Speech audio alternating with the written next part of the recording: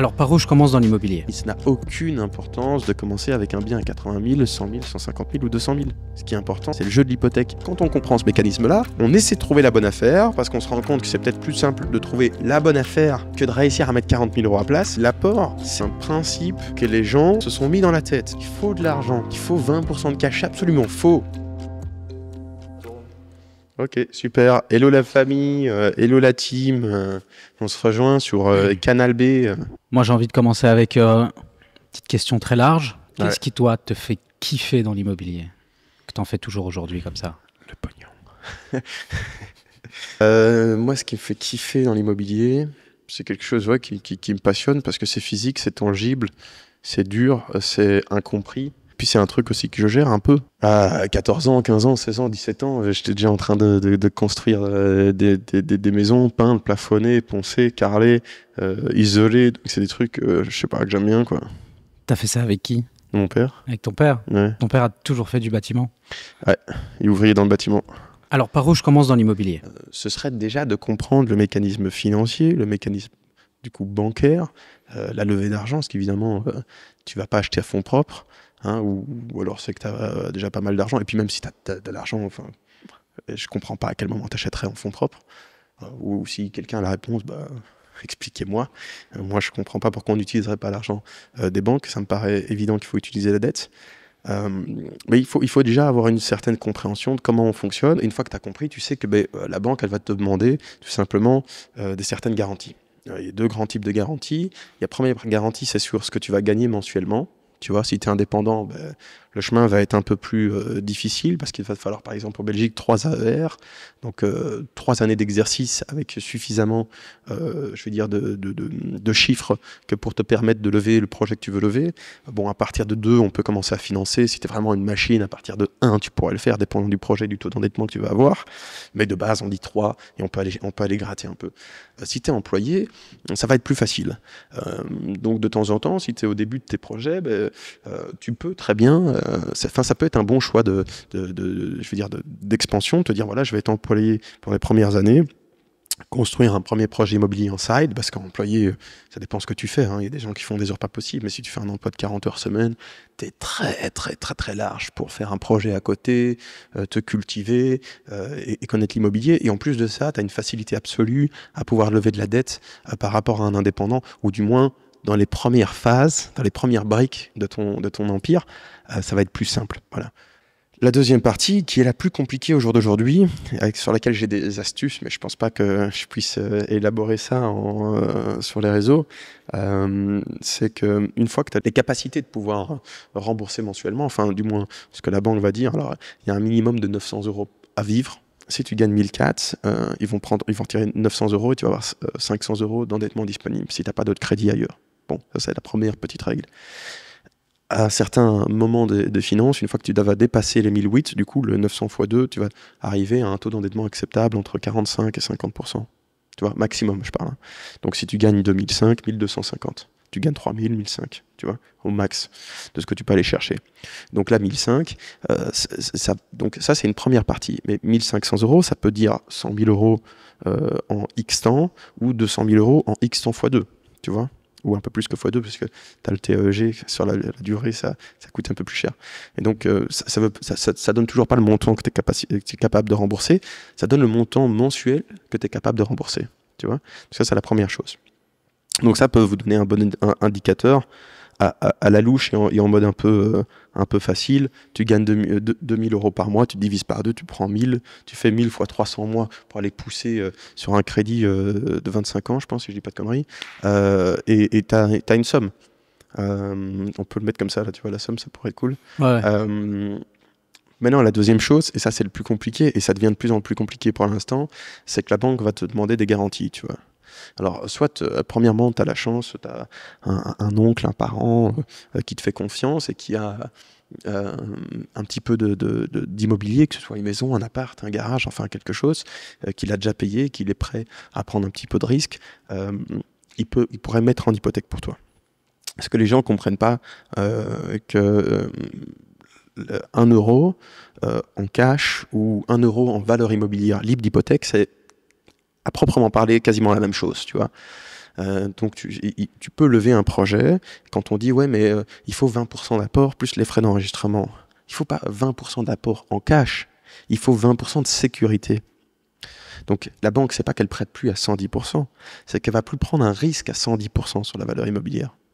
Par contre, t'inquiète pas, tu donnes 500 000 euros à une banque en garantie et tu demandes 1 million d'euros et le projet, il faisait 800 000 à l'achat, 100 000 de travaux, 100 000 de frais, je dis des conneries, ils vont te prêter puisque tu as les garanties de l'autre côté. Donc c'est simplement un ratio entre garantie, enfin valeur hypothécable du coup, disponible, et ce que la banque va te prêter. Tu vois. Mais donc dans la pratique, par exemple, si moi par exemple, j'ai pas justement ces parents-là, j'ai pas de garantie à amener, est-ce que je suis obligé d'économiser un apport ou est-ce que j'ai d'autres solutions? Alors, pour la résidence principale, il y a toujours possibilité d'aller un peu plus haut que ça. 80% par exemple, ça va plutôt être ton deuxième bien, un investissement ou autre.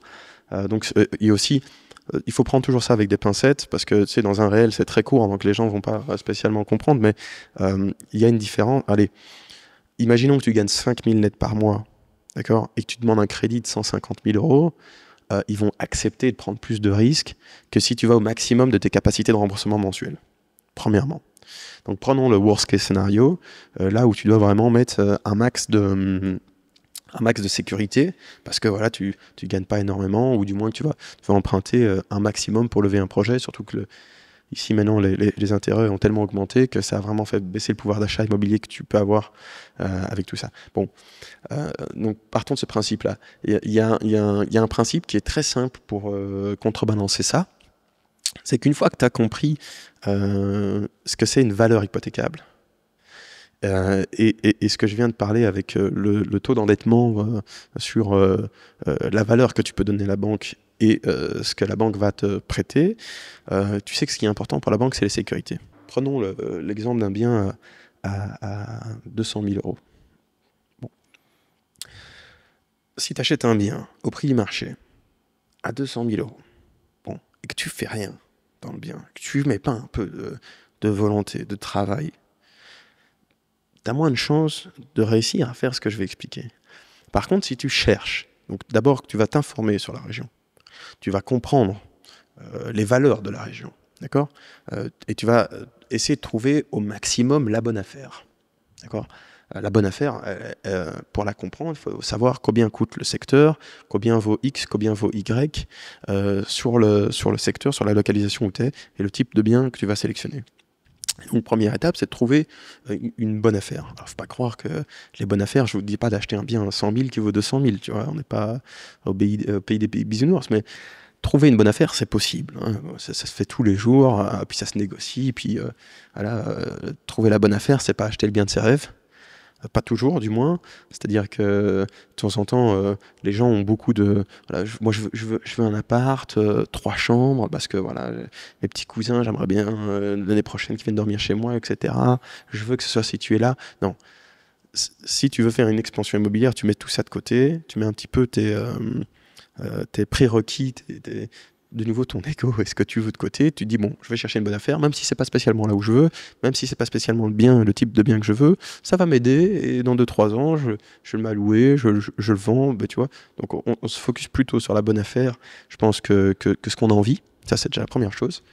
Une fois que tu trouves une bonne affaire, ou du moins une affaire, tu fais des offres pour essayer de négocier le prix, parce que même si tu négocies 5 000, 10 000, 15 000, c'est toujours ça qui va pallier. Imagine le bien vaut 200 000, tu l'achètes 190, tu as déjà 5% de valeur hypothécable en plus.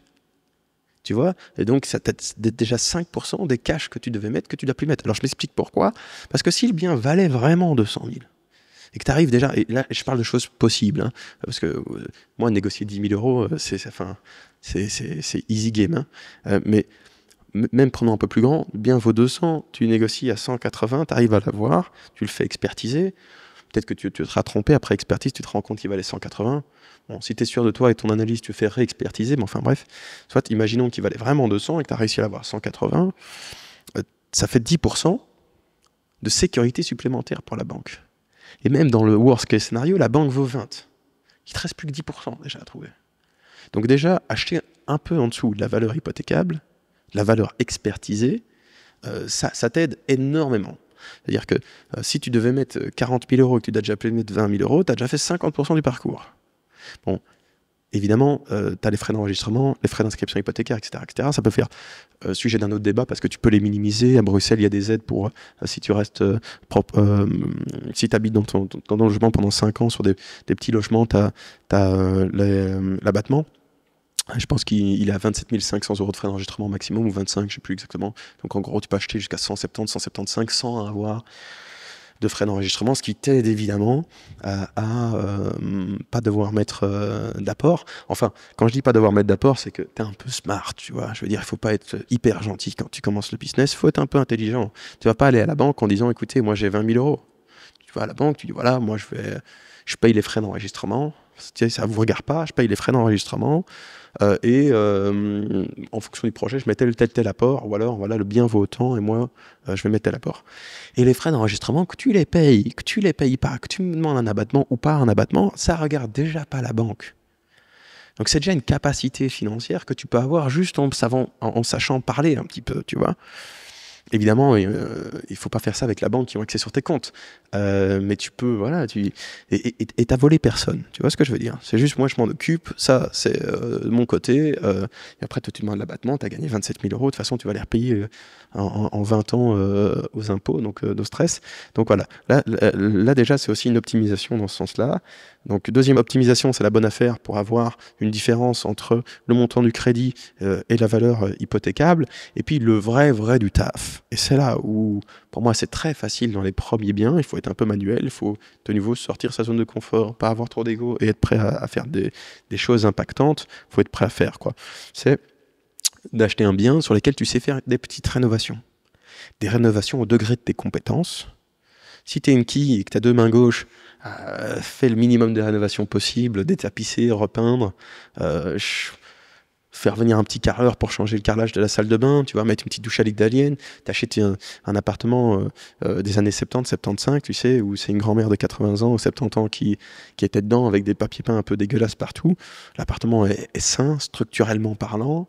Peut-être qu'il y a déjà des doubles vitrages qui ont été placés, mais il va pas bien se vendre. Pourquoi? Parce que t'as un vieux papier peint, t'as des vieux meubles rustiques, c'est pas très beau. La salle la cuisine, elle a des carrelages de 25 sur 5, c'est moche à crever. C'est une couleur qui est démodée depuis 40 ans.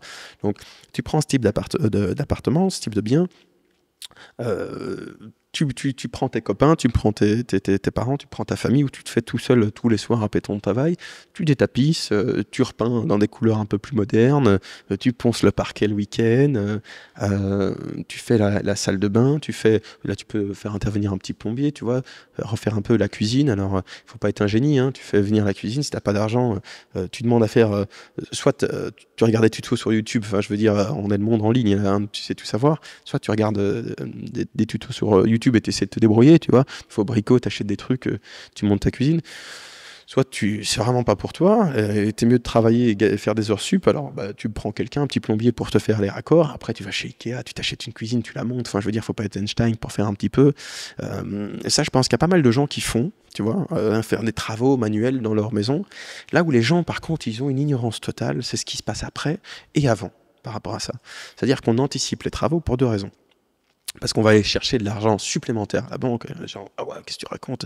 C'était déjà compliqué d'avoir le crédit. Ouais, mais une minute. Sauf que nous, maintenant, on a la connaissance de savoir que la valeur hypothécable est ce qui est quasiment, c'est la deuxième grande chose qui est importante, c'est les assets qu'on a avec ce qu'on gagne par mois.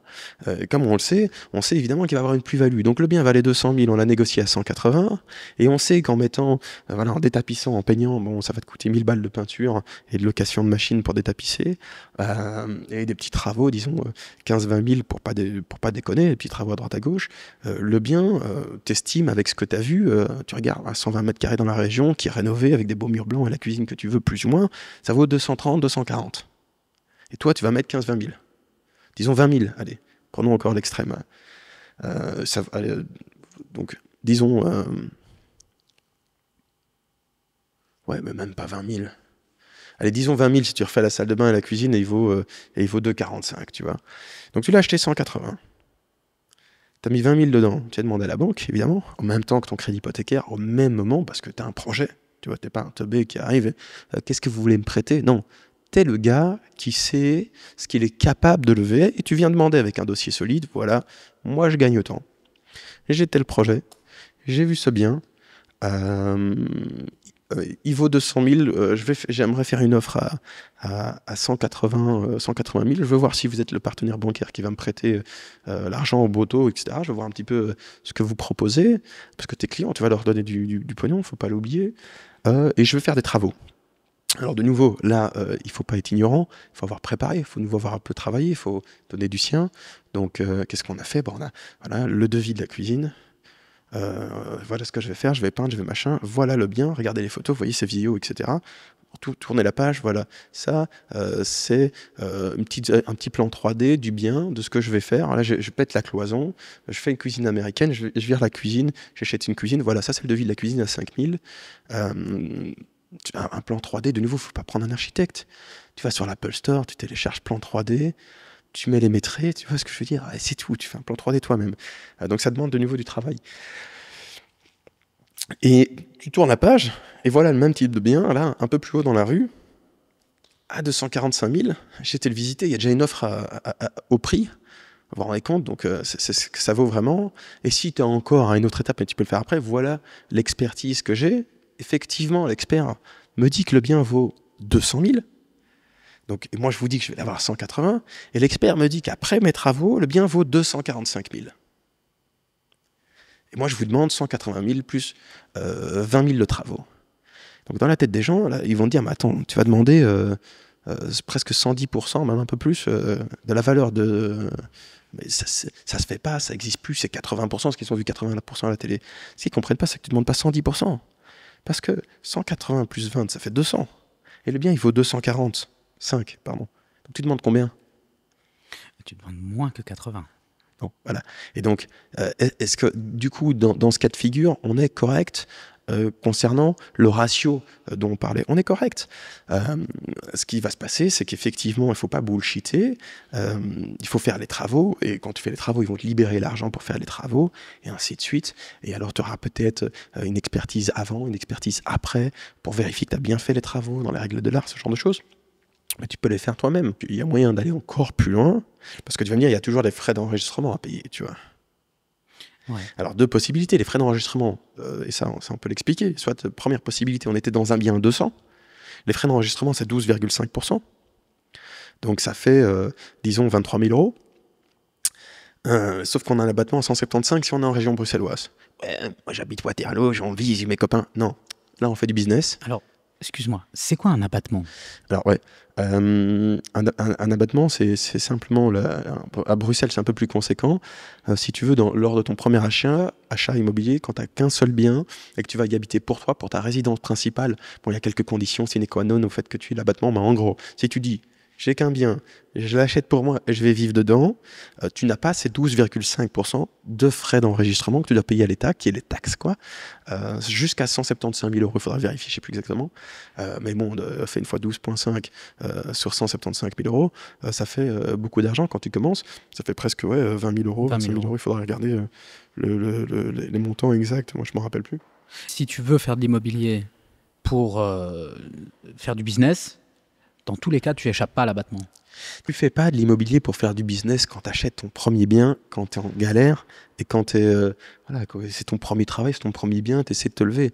C'est de nouveau, c'est une étape à la fois, tu vois. Donc là, j'explique la première étape. Après, quand tu fais du business, c'est tout des autres règles, c'est une nouvelle règle d'expansion. Mais là, on met les prérequis. Tu vas pas dire à la banque, écoutez, moi je fais ça pour faire une plus-value. Et donc, une fois que j'ai fait ça, je vais vous demander 500 000, et puis 1 million, et puis 3 millions, et puis 6 millions. Ils vont rigoler. Tu dis rien, tu comprends? Tu es le mec qui est compétent et qui demande pour sa première résidence. Après, dans 6 mois, 1 an, 2 ans, tu retournes. Mais d'emblée, tu leur dis pas que tu es un investisseur. Bon, premièrement. Donc du coup, abattement te donne la possibilité d'avoir un cash flow virtuel du montant de ce qui peut te permettre. Bon, là, c'est en région bruxelloise.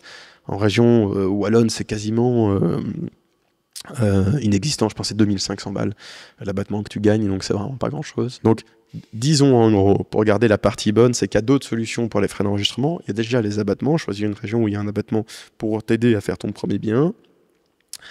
Sinon, de nouveau, tu peux même financer les frais d'enregistrement si dans le cas de figure où tu respectes cette proportionnalité de 80% de dette versus 100% d'actifs, ben, tu peux enrober tes frais d'enregistrement dedans.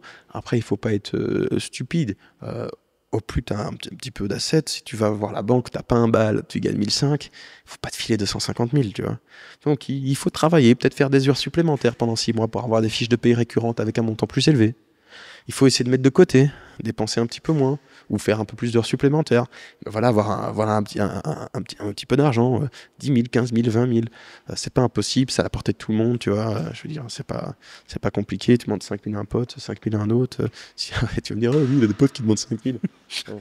Bon, je vois déjà le genre de truc, mais tu te démerdes, tu vends ton iPhone là, à 1500, tu es capable de mettre un iPhone à 1500, t'es pas capable de mettre 200 balles et 500 balles à place pendant un an, tu vois. Donc, tu vends ton superflu, tu vends ta montre, tu vends ton scooter, tu vends 2-3 trucs, tu fais des heures sup, tu récoltes. En fait, en gros, c'est pas une question de capacité, c'est une question de focus. Ça veut dire que tu mets ton énergie sur ton projet et tu fais ce qu'il faut faire pour le projet en disant, voilà, moi je choisis cette zone, comme je t'avais dit, tu vois, par exemple, je t'ai dit, il faut choisir la zone où la zone qui peut te servir pour ton projet et pour ton expansion, pas la zone où tu as envie d'habiter. Donc si tu es tous les vendredis, samedi soir à boire des verres avec tes potes dans une ville, c'est pas pour autant que tu vas chercher un appart au-dessus du bar, tu vois. Là, t'es pour faire du business, donc c'est ça, tu sors de ta tête, tu vois, et tu focuses ton projet autour de ça, tu le construis autour de ça, et tu fais des concessions. Voilà. Comment ça marche concrètement de la dette? Admettons, fiche de paie à 2005, voilà. Ouais. Qu'est-ce que tu penses que tu peux lever avec 2500 net comme ça? En vrai, là, vous avez vu le setup que vous m'avez mis. Et moi, il me faut un tableau blanc, une calculatrice, et je te sors ça en 3 secondes. Mais si tu gagnes 2005, déjà, tu fais la règle que j'ai dit, 2005 divisé par 2. À la grosse louche, tu as 1250. Puis tu tapes simulateur de crédit hypothécaire en ligne sur Google. Utiliser Google, c'est le b.a.-ba pour commencer à bosser. Et tu regardes avec 1250 combien ça fait en 20 ans, 25 ans, 30 ans. Et t'écoutes pas les gens qui disent « Fais ton crédit en 15 ans, sinon ça va te coûter trop cher à la banque. » Non, maximise ce que tu peux prendre à la banque au début. Tu as toute ta vie pour racheter les crédits. C'est 6 mois d'intérêt, c'est plafonné, tout le monde s'en fout. Dans 5 ans, quand tu auras fait des millions et ton expansion, tu n'auras plus rien à faire de racheter ton crédit, de perdre 6 mois d'intérêt. Donc, le fais pas court, fais-le à ce qui te sert pour faire ton expansion. Donc, ouais, attends, je m'éloigne de la question. Alors, 1250. Quand la banque regarde, si tu gagnes 2005 et que tu peux du coup aller jusqu'à maximum 1250 sans que tu aies un crédit pour ta BMW, c'est rien, qui te coûte 700 balles. Attends, pire chose, parce que ça, c'est le cas de tout le monde. Le premier crédit qu'on va faire, c'est pour s'acheter une caisse. S'acheter une caisse, faire un crédit. Crédit à la consommation, ça te nique toute ton expansion immobilière. Au start, après, tu n'en as plus rien à foutre. Et encore. C'est-à-dire qu'un crédit pour une voiture, c'est vite 500 €, 600 €, entre 400 et 700 €. Parce que la durée du crédit est très courte. Donc le montant est très élevé, tu vois. Parce que la durée, elle va faire 3 ans, 4 ans, 5 ans. La durée d'un crédit immobilier, c'est très long. 20 ans, 25 ans, 30 ans. Du coup, ce que tu arrives à payer 700 € en crédit à tempérament pour ta voiture, ton scooter, ton iPhone, enfin tout ce que tu veux, duplique-le sur la longueur d'un crédit immobilier et regarde la différence. Si tu peux avoir 20 000 € pour une voiture en 4 ans, tu fais ça fois 5 et tu vois déjà ce que tu peux faire. Ça te fait 100 000, tu vois, pour le même montant. Donc le même endettement sur ta... Tu avais 2500, tu as 1250 € que tu peux aller utiliser à la banque. Là, tu prends le montant pour 20 000 €. D'accord ? Tu as ça en moins. Donc, prenons le cas, on retire les intérêts et tout le bordel parce que j'ai pas le temps de faire ça. 20 000 divisé par 48, ça fait 416 € sans les intérêts, disons 500 avec intérêt. Donc, tu as 1250 moins 500, tu es à 750. D'accord ? Ça, c'est plus que ce qui est disponible en taux d'endettement, sans compter toutes les règles qu'on avait expliquées auparavant. Mais ces 500 € ils t'ont permis d'avoir 20 000 €. Bon, déjà pour un passif, ok, il faut pas acheter. Bon, on s'en fout. Faut pas faire l'apologie là-dessus. Là, je te parle juste de ce que tu peux lever en termes de dette bancaire. Si tu utilises juste la possibilité, parce que c'est que dans l'immobilier que tu peux faire des crédits si longs, tu vois, tu peux pas faire un crédit de 25 ans pour une caisse, tu vois.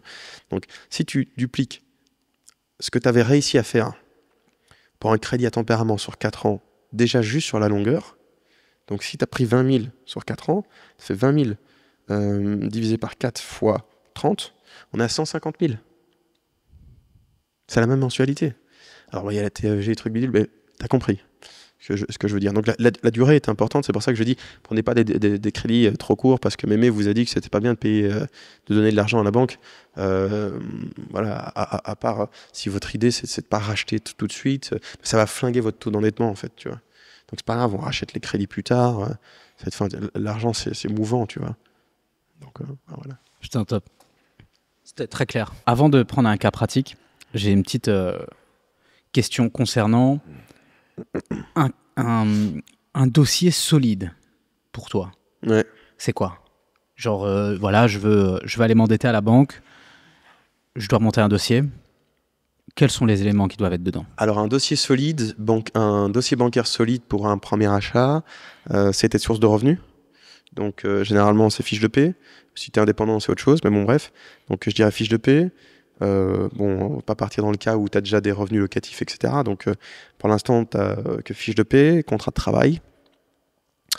On fait dossier solide pour comprendre. Enfin, il y a deux types. Soit tu as le dossier du mec qui sait ce qu'il veut, qui a écouté tout ce que j'ai dit, qui a fait ses calculs.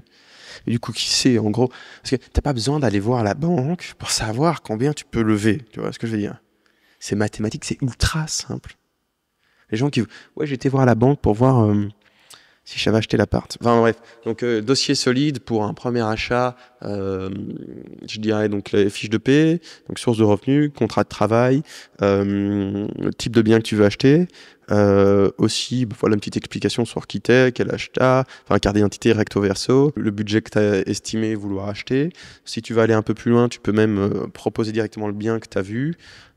Tu peux proposer les travaux, comme je disais, avec les différentes choses. Donc si tu dis voilà, moi je veux acheter ce bien là, il coûte 200 000, mais j'ai besoin de 30 000 de travaux, et après il sera expertisé 300. Donc du coup, dans ce cas de figure, tu as besoin de description du bien que tu vas acheter. La description est un petit peu un plan financier de ce que tu vas faire comme travaux, même si c'est une petite cuisine, quelques pots de peinture, enfin tu vois, un truc simple, ça peut faire quelques lignes, et du coup des petites explications et des petites preuves du marché avoisinant sur le résultat après travaux, si tu pars dans cette hypothèse-là. Si tu vas aller dans le plus solide, tu peux avoir un avis d'un agent immobilier, bon, qui vaut tout et rien. Si tu vas encore aller plus loin, tu peux avoir une expertise. Donc, ce qu'il faut savoir, c'est que bon, ça se peut que tu payeras 2 fois parce que tu vas devoir payer, et puis après la banque va dire non, mais nous on travaille pas avec cet expert, il faut un expert agréé, donc on va vous envoyer notre liste d'experts, tu vois. Donc ça dépend un petit peu ce que tu es prêt à perdre, parce que ça se peut que tu perds 250 balles et que finalement ce soit un autre bien que tu achètes. Et au début, tout est important, mais voilà. Donc ça commence. En tout cas, tu vas pas avoir la banque sans les fiches de paie, sans ton contrat de travail, voilà, sans une petite analyse, ça tu vas pas voir. En gros, à chaque fois que la banque va te dire poser des questions, l'idée c'est que au plus tu es solide, au plus tu as les réponses. Et ah ouais, vous travaillez où, monsieur? C'est mon contrat de travail, je travaille depuis 12 mois là-bas. Ah, et vous gagnez combien? Ça, c'est mes 3 dernières fiches de paie. Ah, ok. Ah, et vous êtes locataire ou propriétaire? Ça, c'est mon contrat de bail, et ça, c'est les 3 dernières preuves de paiement de mon loyer. Vous voyez, je suis déjà en capacité de payer 750 €. Ça, c'est un petit avis de mon propriétaire pour vous dire que les 18 mois sur lesquels j'ai été, j'ai jamais eu un jour de retard. Ça, c'est le type de bien que j'aimerais bien acheter, le budget et la zone géographique. Je pensais à autant. Ça, c'est un petit plan financier sur les 20 000 €, pas grand chose, mais les 20 000 € de travaux, je voudrais vous demander. Et ça, c'est juste pour vous donner une petite idée de ce que ça vaut sur le marché, un bien un peu rénové. Quelle autre question? Ouais, un jour, j'ai adoré, parce que j'avais présenté un dossier. Bon, voilà, je te parle d'un dossier que j'avais imprimé, mais j'avais fait un truc de 50-60 pages, avec toutes les... Parce que c'était un dossier un peu plus complexe, donc il fallait savoir qui on était, les valeurs, tous les différents revenus. On a différentes sources de revenus, donc au plus tu grandis, au plus le dossier devient complexe, et donc au plus ça peut prendre du temps d'avoir des réponses. Et j'avais, si tu veux, tout, donc l'explication du projet de A à Z, plan financier, tout le bazar, et après j'avais toutes les annexes avec les valeurs immobilières qu'on avait, et après les preuves. Donc les actes, les expertises, les machins, les trucs. Et j'avais tout un dossier avec 10 à 15 pages, même pas 7 à 10 pages du projet, puis toutes les informations. Je l'avais imprimé, tu vois. Je l'avais mis dans un, qu'on appelle chez le relieur, tu vois, avec une petite fiche plastique devant. Et la première page, c'était la photo 3D du bien qu'on allait construire. Et il m'a posé toutes les questions. Et j'ai dit, voilà, page 36, page 12, page 15, tu vois. Et le mec a dit, putain, première fois que je vois ça, il avait aucune question. Et déjà là, tu as gagné un temps de fou. Parce que si tu dois aller voir plusieurs banques pour voir si l'une et l'autre est plus intéressante, puis si ton dossier est plus borderline, il y a certaines qui vont pas accepter, d'autres qui vont accepter. Donc là, tu gagnes un temps de fou. Une fois que tu as fait ton dossier, tu l'imprimes 5 ou 6 fois, tu prends rendez-vous à 5 ou 6 banques différentes, et le jeudi 8h, tu es à une banque, le jeudi 10h, tu as une autre, le jeudi 12h, tu es à une autre, le jeudi 14h, tu as une autre, le jeudi 16h, tu as une autre. Tu as pris une journée, tu as fait 5 banques, tu as donné 5 fois le même dossier, tu as augmenté tes skills au niveau de la façon de parler avec les gens, puis tu as balancé. Puis si tu as 5 acceptations, tant mieux, tu peux comparer les taux et négocier. Si ton dossier est un peu plus borderline et que tu en as 3 qui se disent non, bah, tu le dis pas aux 2 autres, hein, tu te dis que du coup tu as déjà une autre acceptation. Si tu en as qu'un, enfin tu vois ce que je veux dire, ça te coûte rien, c'est le B à bas. Pas mal, ça me semble extrêmement clair. On va prendre un cas extrêmement pratique. Pourquoi est-ce que tu as choisi cette région-là? C'est quoi le premier truc qui a fait que tu t'es ramené de ce côté-là pour investir quelque chose? Oui, moi, j'ai toujours été la technique du step by step, mais avec des visions, tu vois. Je pense qu'on peut atteindre la lune, mais il faut y aller pas à pas. Donc, il faut pas aller se mettre face à des mecs qui sont plus forts que toi. Donc, tu vas dans une région où les gens s'intéressent un petit peu moins, tu vois, où c'est un peu plus compliqué, où c'est moins sexy. Et tu fais ton business. C'est pour ça que moi, j'ai été là-bas. Après, bon, d'ailleurs, j'ai un autre projet ici qui est aussi dans la région où les gens s'intéressent pas trop. Et tu as moins de compétition, tu es un peu plus à ton aise. Le projet, en fait, moi, ce qui était important, c'était de faire un maximum de plus-value, un projet assez rapide. Donc, je voulais pas partir sur une demande de permis urbanistique. Donc, je cherchais des permis cherchais des projets avec permis octroyé, tu vois. Comme ça, j'achetais et j'attaquais direct. Est-ce que tu penses que c'est bien de commencer directement à faire un petit achat pour créer une rente? Ou est-ce que tu penses que c'est plus intéressant de justement aller un petit peu trifouiller du côté des rénovations, ce genre de choses-là? Faire une rente, ça veut dire que tu habites déjà quelque part. Soit chez tes parents, soit chez un ami, soit une location. Après, il y a beaucoup de gens qui vont t'expliquer que c'est plus intéressant de louer ta résidence principale et d'investir. Alors, c'est vrai, mais ça dépend. Enfin, non, c'est pas vrai. En fait, il faut mettre du contexte à ça. C'est-à-dire que c'est pas tout le temps vrai. Si tu veux habiter, je prends un exemple, dans une région, je sais pas moi, une maison à 1 million d'euros, tu vois. Enfin, peu importe les montants. Il y a des biens qui sont moins chers à louer qu'à d'habiter, tu vois. Et dans quel cas de figure, t'es mieux de louer que d'être propriétaire. Généralement, dès que tu vas augmenter les montants et la grandeur, la superficie, la valeur des biens, le rendement va diminuer. Donc, si le rendement locatif d'un bien diminue, c'est que ça devient de plus intéressant de le louer que de le posséder. Enfin, en termes de cash flow, parce qu'il n'y a pas que le rendement, il y a l'inflation que le bien peut avoir, dépendant du marché. Si tu marches sur un marché comment dire, plus luxueux, moins luxueux. Maintenant, prenons le cas d'un premier investissement où tu achètes ton appart. C'est quand même plus simple de l'habiter dedans pour moi que de le louer si tu as des travaux. Pourquoi? Parce que là, tu travailles déjà 8 heures, tu rentres pas dans ton... tu rentres dans ton salon, où tu t'es mis un lit, tu rénoves la pièce d'à côté, tu vois. Jusqu'à minuit, tu regardes pas Netflix et puis tu dors. Donc, dans le cas de la débrouillardise des premiers projets, c'est pas dérangeant de l'habiter. Puis dans le contexte de l'abattement, tu es obligé de l'habiter, sinon tu peux pas avoir l'abattement. Ou alors tu as fait quelque chose de pas légal. Ça marche par domiciliation, ça? Quoi ça? Ils vérifient... Ouais. Par exemple, en Belgique, ils vont venir voir chez toi. Et puis dans le cas où tu le loues, et puis ça c'est machin, truc bidule, oui, un contrôle ou autre, bah, tu vas être redevable, etc. Donc il y en a plein qui le font, hein, il ne faut pas se cacher. Mais donc voilà, moi je suis pas là pour donner des conseils qui sont pas légaux. Donc quand tu demandes l'abattement, tu dois être domicilié 5 ans. 5 ans. Ouais, 5 ans. Je pense que c'est 5 ans. Ouais. Ok.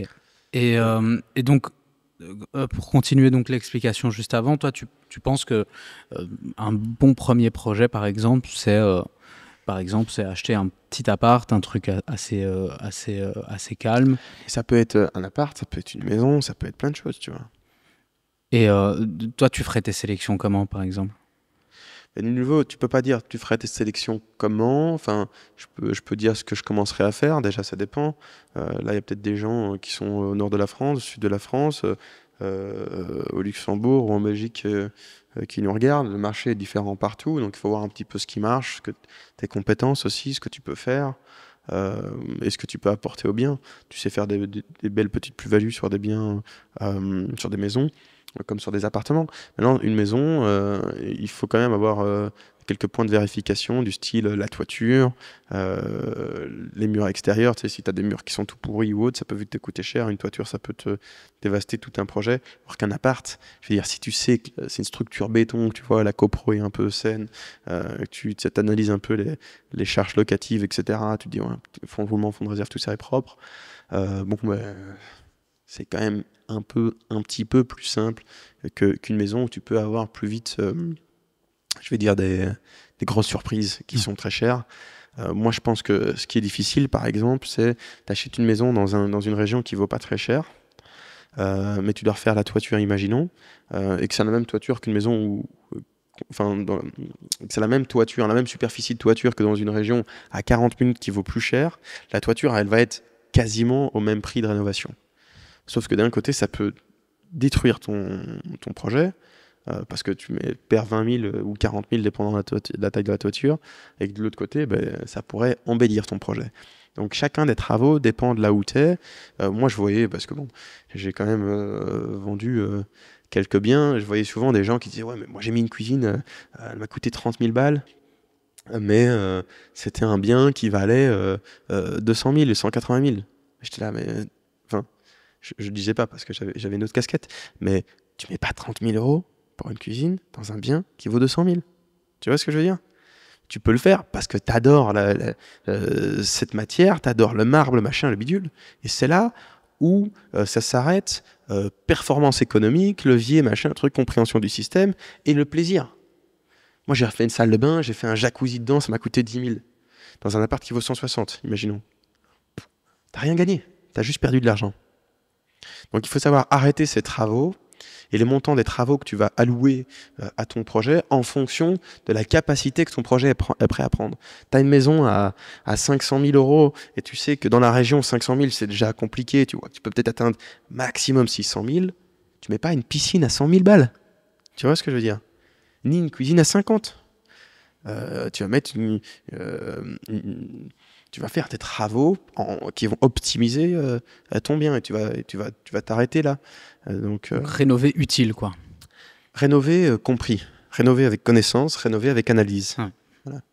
Et imaginons, par exemple, j'ai envie de faire un projet immobilier, j'ai envie de mettre en place un petit peu tout ça, mais je suis dans le stade, entre guillemets, des visites, je veux l'acheter, je veux monter un dossier, je suis absolument pas propriétaire. Comment je fais pour faire deviser tout ça correctement, faire venir des sous-traitants, une expertise? J'ai le droit de faire tout ça sans avoir acheté quoi que ce soit? Ouais. Il faut pas avoir peur de demander. Tu vas demander à l'agent immobilier beaucoup. Ouais, je peux faire une visite, tu t'organises, tu demandes, tu fais venir des gens, tu fais venir plusieurs corps business. Là, oublions pas que, tu sais, une étape à la fois.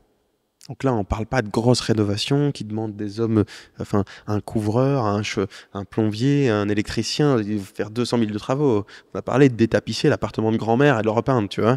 Et après, tu seras ce que ça coûte parce que tu auras demandé un petit plombier, tu auras demandé, tu vois, tu auras été acheter un nouveau WC au Brico, tu sais ce que ça coûte, un WC, tu sais ce que c'est, un WC Geberit, un WC de sous-marque, tu vois, je veux dire, t'apprends step by step. Donc c'est pour ça que on mélangeait ici l'information du premier achat, du projet de l'immeuble par exemple dont on avait parlé la dernière fois, ou même du projet c'est même plus un immeuble, du projet, comment on peut appeler ça, qu'on s'appelle pas une enceinte, projet de résidence, non, un plus gros projet, projet que je vais faire là maintenant. Je sais pas comment dire. Un immeuble de rapport. Non, c'est plus un immeuble de rapport. C'est là ici, je suis en train de regarder, c'est une ancienne usine où on va faire plein de lofts. Et puis il y a une partie c'est de la rénovation et une partie c'est de la nouvelle construction. Donc il y a une partie où on va faire des appartements, des maisons neuves, et une autre partie où on va faire des rénovations de loft. Il y a une partie où on abat, tu vois. Et c'est dans un îlot privatif. Il y a toute une mitoyenneté à créer aussi. Donc ça c'est un autre step. Ça sert à rien. Je veux dire, hein, il y a plusieurs chapitres. Oublie ça. Oublie ça et écoute pas, analyse pas, ça sert à rien en fait. Tu vois ce que je veux dire? Focus-toi à d'abord savoir faire le premier projet, puis le second, puis le second. Moi, c'est un truc qui me rend dingue, les gens qui veulent apprendre à faire 1 million quand ils savent pas faire 1000 balles. Tu vois ce que je veux dire? D'abord, mettre de l'argent en place, comprends le système, essaie d'acheter un premier bien, peu importe ce qu'il est, c'est pas... Mets ton ego à place, achète le bien que tu sais acheter et les rénovations qui sont possibles dans tes compétences et connaissances, et monte une étape à la fois, parce que c'est pas là où tu commences qui est important, c'est quand tu le fais. C'est-à-dire que moi, l'avance que j'ai, c'est qu'on a acheté hyper tôt. Tu vois, on a vraiment acheté hyper tôt. Donc, du coup, boum. C'est pas que j'avais des assets familiaux ou quoi que ce soit. C'est juste que j'ai acheté tôt. Il y a plein de gens, 28 ans, qui sont pas propriétaires. Mais 10 ans de propriété avec la compréhension des leviers, de l'hypothèque, etc. Mais tu peux faire des trucs de ouf. Et en fait, que tu aies commencé avec un bien à 150 000 balles ou un bien à 300 000 balles, ça a quasiment plus d'importance. Comment, moi, est-ce que je dois passer par la case apport ou est-ce que je peux trouver une solution pour skipper cette... Alors, j'ai pas dit que j'avais monté un projet immobilier sans apport. J'ai dit que j'avais monté un projet immobilier sans 1 euro. C'est différent. En quoi c'est différent? C'est différent en toute l'explication que je viens de donner maintenant, en disant que l'euro physique ou la valeur immobilière disponible, c'est la même chose pour la banque. C'est une sécurité. Et moi, avec ce projet-là, j'ai mis un bien sur lequel j'avais fait une plus-value. Je viens d'expliquer tout le mécanisme des plus-values. C'était pas le premier que j'avais fait, donc j'ai même mis plusieurs biens. J'ai fait un recensement de crédit et je suis juste passé à ces fameux 80% de dette versus... C'est ça. J'ai augmenté mon taux d'endettement, j'étais très très loin d'être à 80%, donc j'étais très large, puisque de nouveau sur le bien en question, j'ai de nouveau fait une immense plus-value, donc tu vois, ça se combine de ouf. Mais donc j'ai simplement donné des sécurités à la banque qui étaient immobilières plutôt que numéraires. Et ce sont des sécurités immobilières qui sont inhérentes même au projet. C'est pas une sécurité connexe, c'est-à-dire que c'était la différence entre la valeur hypothécable et non, c'était pas ça. Non, tu comprends pas. C'est le seul élément que j'ai pas. Et donc, en gros, au lieu de devoir mettre un apport numéraire, tu peux mettre la valeur hypothécable. Tout à l'heure, on parlait du cas du premier bien. Et donc, ça veut dire que tu n'as pas d'autres biens. Tu n'as pas le bien de tes parents, tu n'as pas un bien que tu as déjà acheté, donc tu n'as que ton bien.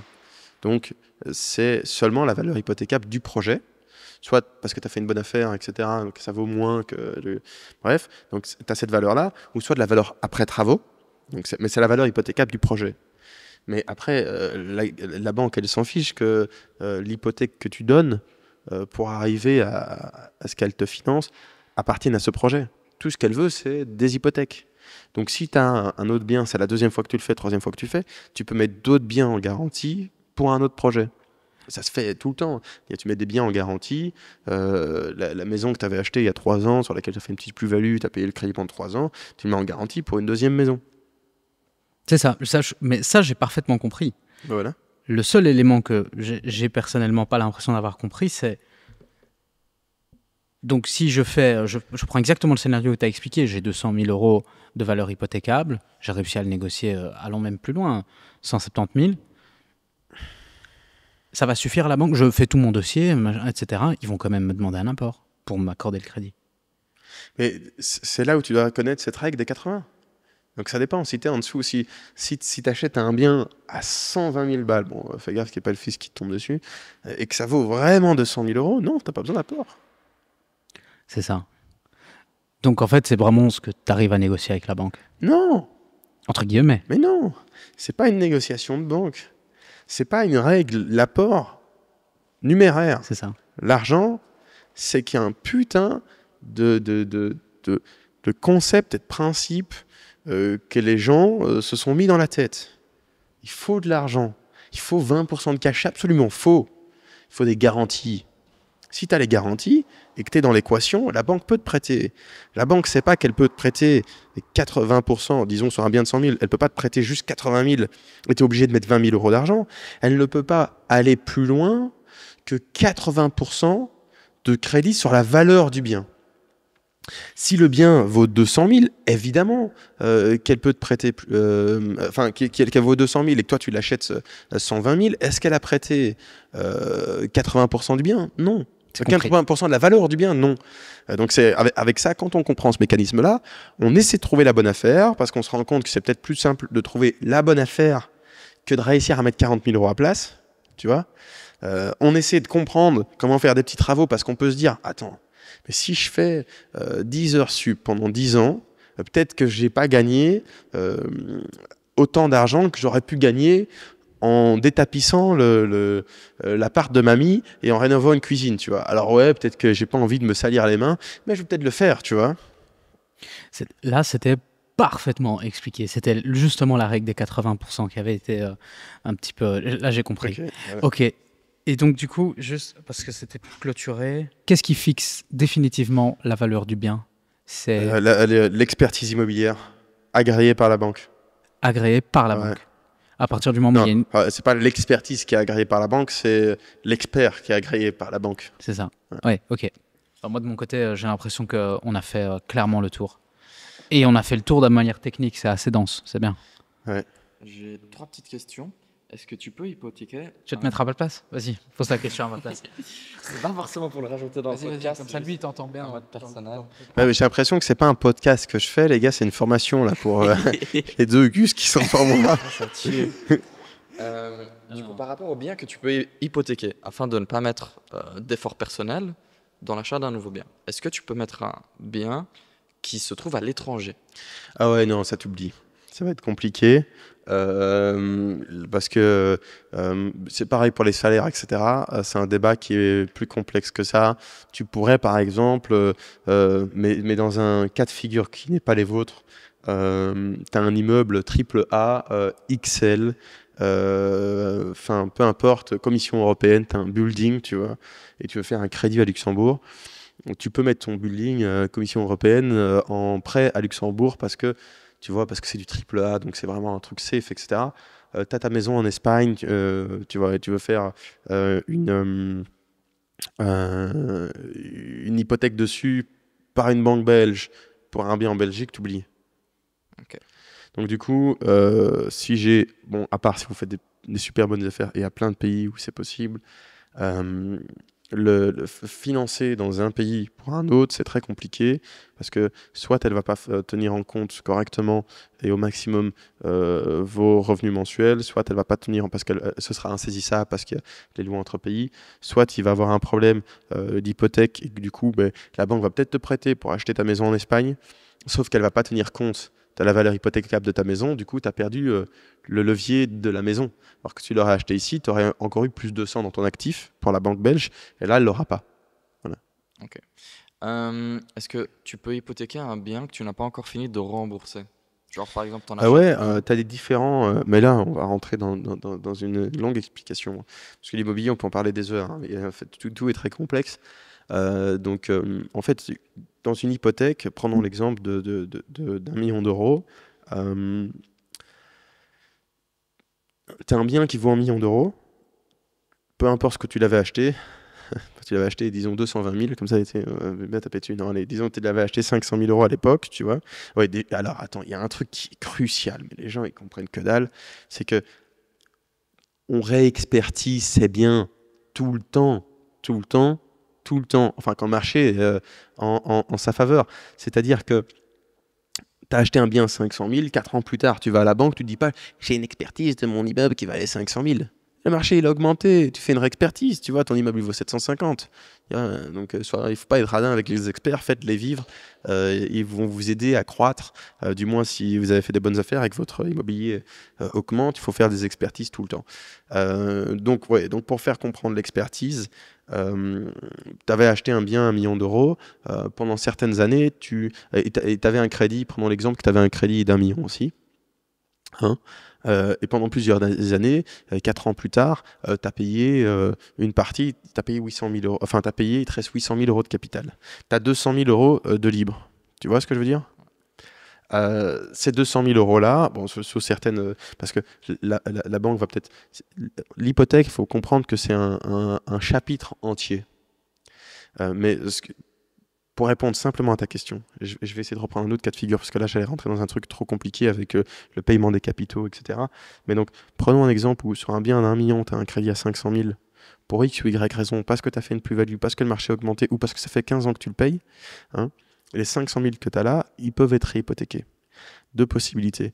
La première possibilité, tu vas devoir demander à ta première banque de faire une modification à l'hypothèque pour que ça comment dire, je sais pas exactement comment ça s'appelle, mais pour dire qu'il n'y a que 500 000.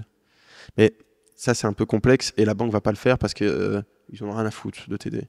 Donc la première, évidemment, intelligence, c'est de dire à la banque, ce bien-là vaut 500 000, on n'a plus que 500 000 euros de capital à payer et le bien vaut toujours 1 million. Donc j'ai 500 000 de libre. D'accord? Premièrement, c'est la première chose. Donc travaille avec la même banque. Si à un moment donné, la même banque, elle te dit, oh, mais j'ai plus envie de vous suivre, moi là, je suis sécure, ça fait 5 ans que vous payez, j'ai toutes les sécurités, j'ai pas envie de vous financer, tu vois. Peu importe. Et tu vas avoir une autre banque, 2 possibilités. Première possibilité, l'autre banque rachète les crédits que tu as en cours.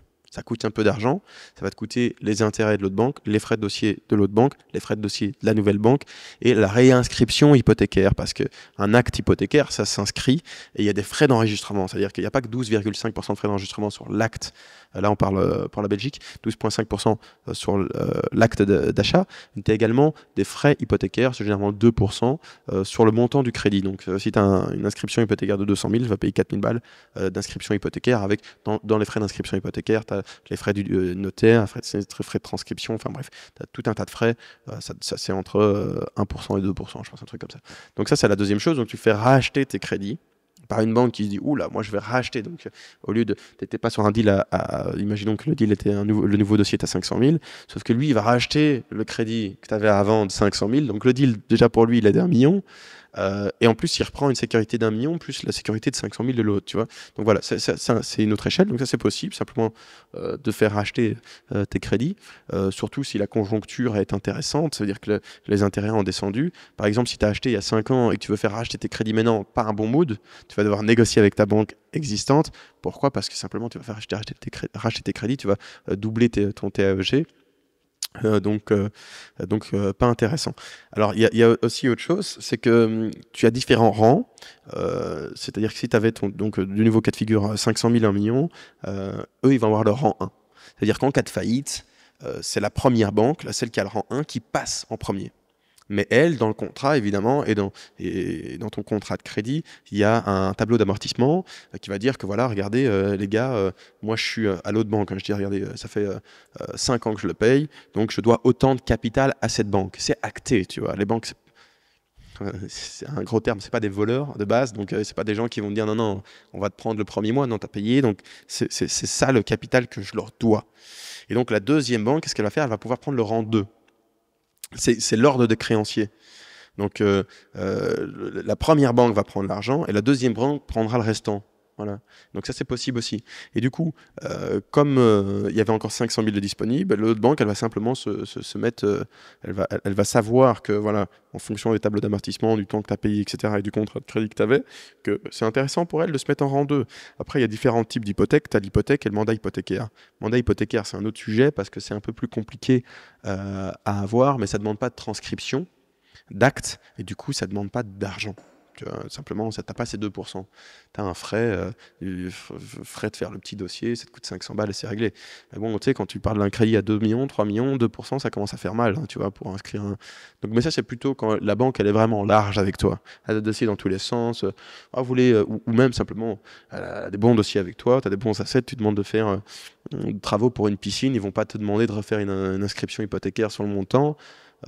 Parce que voilà, tes bons clients, ça fait 10 ans que tu es là, ils vont te faire un petit mandat hypothécaire en disant attention, hein, si vous ne payez pas, on prend votre appart au Luxembourg, à la mer ou votre maison pour laquelle on a financé les travaux. Donc ça, c'est le mandat hypothécaire. Toujours bien de négocier ce que tu peux gagner un petit peu d'argent, 2% sur la somme du crédit.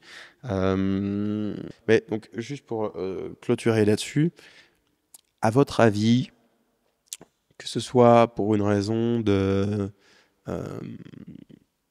parce que vous avez payé le capital, parce que ça fait longtemps que vous avez le crédit, parce que vous avez fait des travaux, parce que vous avez fait une bonne affaire, peu importe, vous avez 100 000 € de valeur libre. Donc, si on a 200 000 € d'immobilier, 100 000 € de crédit, on n'a pas 100 000 € de valeur libre. Pourquoi? Parce que c'est toujours la règle des 80%.